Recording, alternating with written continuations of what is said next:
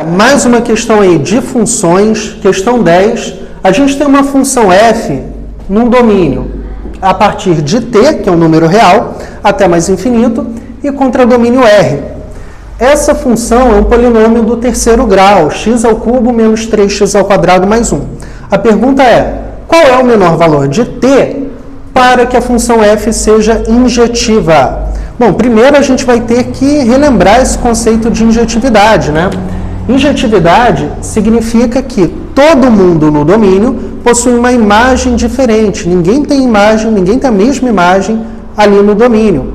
Então, para mostrar que uma função é injetiva, a gente tem que pegar dois valores, por exemplo, x1 e x2, e comparar as imagens desses elementos do domínio. Então, f de x1 igual a f de x2. Então, esses caras, se eles tiverem a mesma imagem, o que a gente vai concluir, se e somente se, x1 é igual a x2. Tá? Então, o que a gente está dizendo com isso? Função injetiva ou injetora, dois elementos quaisquer no domínio sempre terão imagens diferentes.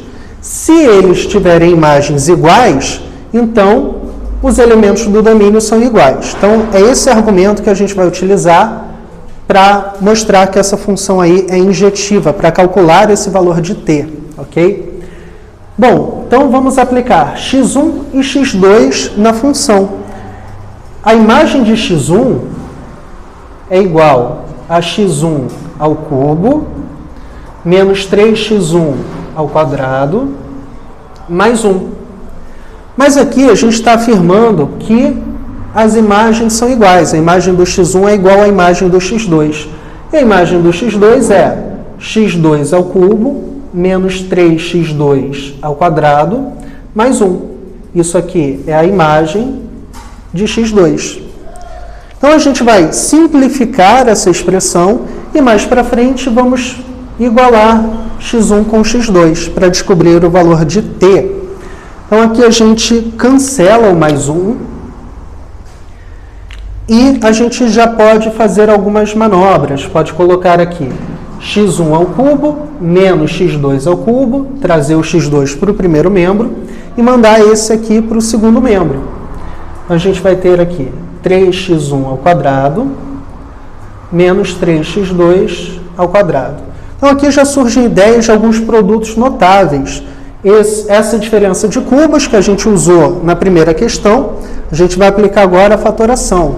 Então, vai ficar no primeiro membro x1 menos x2, que multiplica x1 ao quadrado mais x1, x2, mais x2 ao quadrado. Então, essa aí é a diferença de cubos.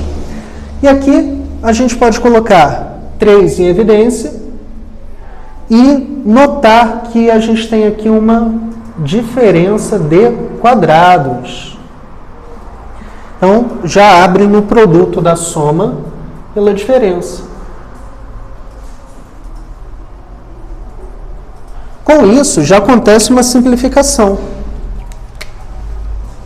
Cancela.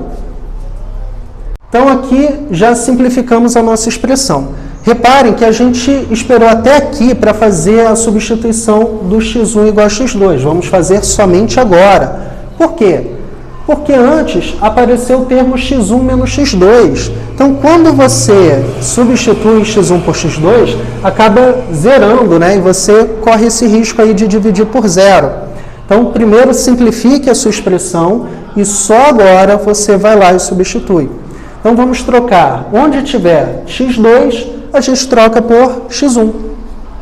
Então, x1 vezes x1, x1 ao quadrado. x2 ao quadrado vira x1 ao quadrado.